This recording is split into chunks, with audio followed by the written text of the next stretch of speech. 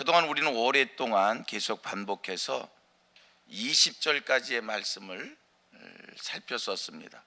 8절 이하 20절까지 말씀은 바울 사도가 회당에서 담대히 하나님의 나라를 증거했다는 내용이고요, 또 하나는 두란노 서원에서 바울이 전도를 했다라고 하는 그런 말씀이 20절까지 설명되어지고 있습니다. 또 반복하지는 않겠습니다. 또 반복하면 많은 얘기가 또 설명되어져야 될 테니까요. 두란노 서원에서 바울이 전도하면서 많은 기이한 일들, 초능력적의 일들이 있었고, 그 일로 인해서 결론적인 얘기는, 결과적인 얘기는 20절 말씀입니다. 20절 같이 한번 읽습니다. 시작. 이와 같이 주의 말씀이 힘이 있어 흥왕하여 세력을 얻으니라. 주의 말씀이 흥왕해졌다라고 하는 것, 복음이 왕성해졌다라고 하는 것, 그것이 결론의 두란노 서원에서 복음 전도의 결론입니다. 그런데요, 이렇게 복음이 흥왕해지니까, 복음이 왕성해지니까 말씀을 쭉 읽어 내려가 보면 이 예배소 지역에 큰 소동이 일어났다는 겁니다. 자, 우리 20절부터 23절을 읽어봅니다. 복음이 왕성해진 이 예배소 지역에 소동이 일어났음을 보게 됩니다. 20절 제가 읽겠습니다. 이와 같이 주의 말씀이 힘이 있어 흥하여 세력을 얻으니라. 21절 이 일이 있은 후에 바울이 마게도냐와 아가야를 거쳐 예루살렘에 가기로 작정하여 이르되 내가 거기 갔다가 후에 로마도 보아야 하리라 하고, 자기를 돕는 사람 중에서 디모데와 에라스도 두 사람을 마게도냐로 보내고 자기는 아시아에 얼마 동안 더 있으니라. 그때쯤 되어 이 도로 말미암아 적지 않은 소동이 있었으니, 예배소 지역에 적지 않은 소동이 있었다는 겁니다. 왜 소동이 일어나는 겁니까? 성경이 얘기합니다. 이 도로 말미암아 적지 않은 소동이 일어났다. 적지 않은 소동이 일어났다. 왜 예배소 지역에 적지 않은 소동이 일어났을까?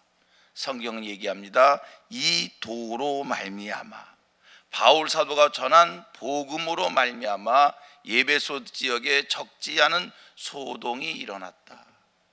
좀 더 구체적으로 바울이 전한 복음 때문에 왜 예배소 지역에 소동이 일어났을까? 구체적 이유는 무엇일까? 이제 24절 이하 28절을 봅니다.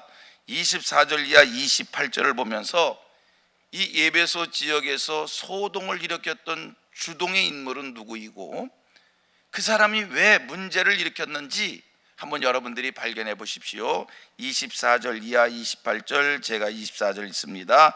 즉 데메드리오라는 어떤 은장색이 은으로 아데미의 신상 모형을 만들어 직공들에게 적지 않은 벌이를 하게 하더니 그가 직공들과 그러한 영업하는 자들을 모아 이르되 여러분도 알거니와 우리의 풍족한 생활이 이 생업에 있는데, 이 바울이 예배소뿐 아니라 거의 전 아시아를 통하여 수많은 사람을 권유하여 말하되 사람의 손으로 만든 것들은 신이 아니라 하니 이는 그대들도 보고 들은 것이라.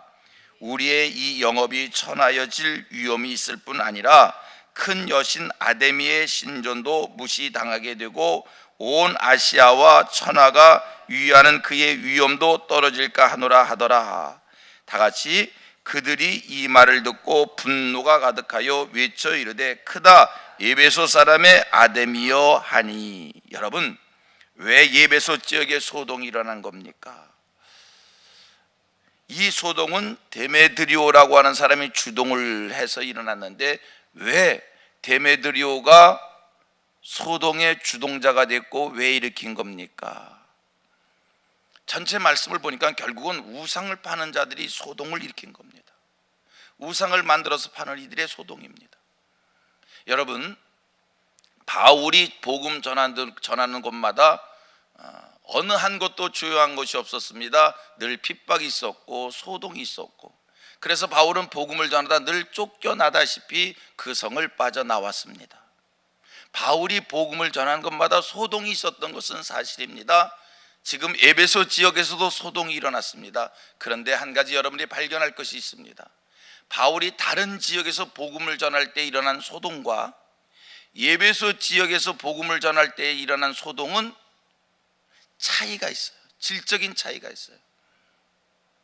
자, 바울이 다른 지역에서 복음을 전할 때 일어난 소동은 유대교를 믿는 사람들의 소동이었습니다. 그들은 자기들이 믿는 유대교의 신앙과 바울이 전하는 기독교의 복음이 너무 다르거든요. 그래서 유대교 입장에서 바울을 봤을 때는 하나님을 모독하는 거예요. 예수가 하나님의 아들이라고 얘기하는 거예요. 그러니까 그것이 종교적 이유에서의 소동이 일어났던 거예요. 바울이 전한 복음을 핍박했던 거예요. 그런데 지금 에베소 지역에서의 소동은 어떤 이유입니까? 여러분, 바울이 복음을 전하니까 그 소리를 들었던 귀신 들린 사람들이 마역을 일으킨 겁니까? 지금 그 얘기가 아니에요. 왜 소동이 일어납니까? 에베소 지역의 소동은 우상을 만들어 파는 사람들이 이러다가 자기들의 생계가 끊어지면 어떡할까 생계의 위협을 받아서 소동을 일으켰던 것입니다. 이 에베소 지역은 우상의 도시였습니다. 여러분도 잘 알다시피 이 에베소 지역에 아데미의 여신이 있었습니다. 이 아데미 여신은요, 놀라워요. 그 크기가 높이가 120m짜리 60m짜리 어마어마한 이 큰 우상이 있어가지고요, 이 우상을 보러 오는 사람들이 각처에서 있었고, 사람들이 몰려들다 보니까 그 사람들을 통해서 음식을 파는 사람들, 그 사람들을 대상으로 해서 숙소를 제공해서 사는 사람들, 많은 사람들이 모여드니까 기념물을 만들어 파는 사람들, 또는 우상의 제물을 만들어 파는 사람들, 그런 그 우상 때문에 생계를 유지하는 사람들이 있었어요. 데메드리오라고 하는 사람은 은으로 작은 우상을 만들어 팔았는데, 이 은장색들, 그러니까 우상 만들어 파는 이 세공업자들, 자기들이 우상을 만들어 팔고 먹고 살았는데, 바울 사도가 지금 뭐라고 얘기하냐면 손으로 만든 것은 다 우상이다. 복음이 전해지는 곳마다 우상이 타파되어지는 역사가 일어날 수 있는 거예요. 보세요. 좀 전에 이 데메드리오는 사람, 어떤 일을 자기의 눈으로 목도했냐면요, 여러분, 마술을 하던 사람들이 기독교의 복음을 접하면서 그들이 무슨 일을 했습니까? 자기들이 보던 모든 책들을 모아서 다 불질러 버렸어요. 마술을 하던 사람들이 자기가 보던 책들을 다 불질러 버렸는데, 그 불질러 버린 값이 얼마라고 했어요? 은 5만원어치의 값이라고 얘기했어요. 어마어마한 거예요. 노동자의 138년의 노동의 품삯에 해당되는 거예요. 그런 일들을 데메드리가 눈으로 목도했는데, 이러다가 우상이 무너지면, 우상이 타파되어지면 우리들의 생계도 문제가 생길 수 있겠구나. 그래서 사람을 선동해서 지금 소동을 일으켰던 것이고, 이 에베소에 적지 않은 소동이 일어났던 것입니다. 데메드리오의 분석은 제대로 된 분석인 것 같습니다. 복음이 전해지는 곳마다 놀라운 변화의 역사가 일어납니다. 우리 같이 고백해 봅니다. 복음이 전해지면 놀라운 변화가 일어납니다. 여러분, 복음의 능력은 사람들의 삶의 방식을 바꾸어 놓습니다. 이게 복음의 능력입니다. 마술을 하던 사람들이 복음을 접하고 자기가 하던 마술을 다 끊어버렸어요. 삶을 바꿨어요. 우상을 섬기던 이들이 복음을 접하면 우상을 버리게끔 되어져 있는 거예요. 여러분, 우리가 기독교 복음의 역사를 더듬어 볼 때 이런 변화 역사가 분명히 있는 거예요. 초기 우리나라에 기독교가 들어왔을 때 북한 땅으로부터 먼저 기독교가 왕성했잖아요. 교회사가 이야기합니다. 북한의 기독교가 왕성하니까 북한의 평양, 용천, 선천 이런 곳은 기독교가 왕성했던 곳입니다. 교회가 부흥되었던 곳입니다. 그곳에 살던 기독교인들이 주일이면 그 주일이 장을 서는 날이라면 주일인데도 장을 안 섰다는 거예요. 장을 안 나갔다는 거예요. 그래서 예수 믿지 않는 사람들도 주일에 장을 서지를 않는 일들이 일어났다는 거예요. 이게 예수 믿는 사람들의 놀라운 삶의 변화고 이게 복음의 능력인 줄 믿습니다. 세상 누가 바꿉니까? 세상 누가 바꿉니까? 예수 믿는 사람들이 바꾸는 거예요. 오늘 우리가 사는 세상 너무 이거 어째 이런 세상에 사는가? 저는요 어저께 어느 누구와 같이 어디를 가면서 참 희한한 세상에 살아. 어쩌면 내가 이런 세상에 산다는 것이 이해가 되지 않아. 어떻게 내가 사는 세상이 이런 세상이지? 그러면서 길을 갔어요.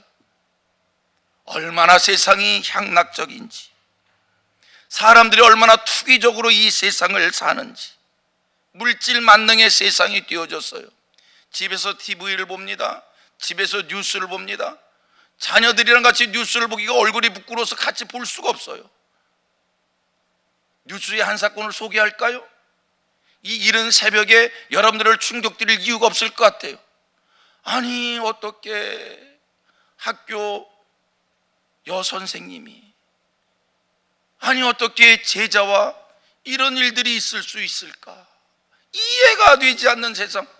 여러분 이 세상 이렇게 두면 안 됩니다. 이 세상 변해야 됩니다. 이 세상 새로워져야 합니다. 어떻게 이런 세상을 우리가 눈으로만 보고 있는지, 이 세상을 어떻게 바꿀 수 있을까? 복음이 대안인 줄로 믿습니다. 정책이 세상을 새롭게 할까요? 계몽운동이 이 세상을 새롭게 할까요?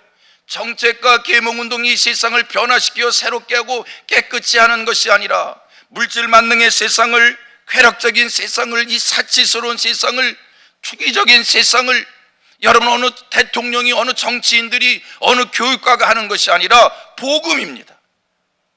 여러분들이 삶의 자리에서 예수 믿는 사람답게 성경적 삶으로 살아가면 세상이 바뀌어지는 거예요.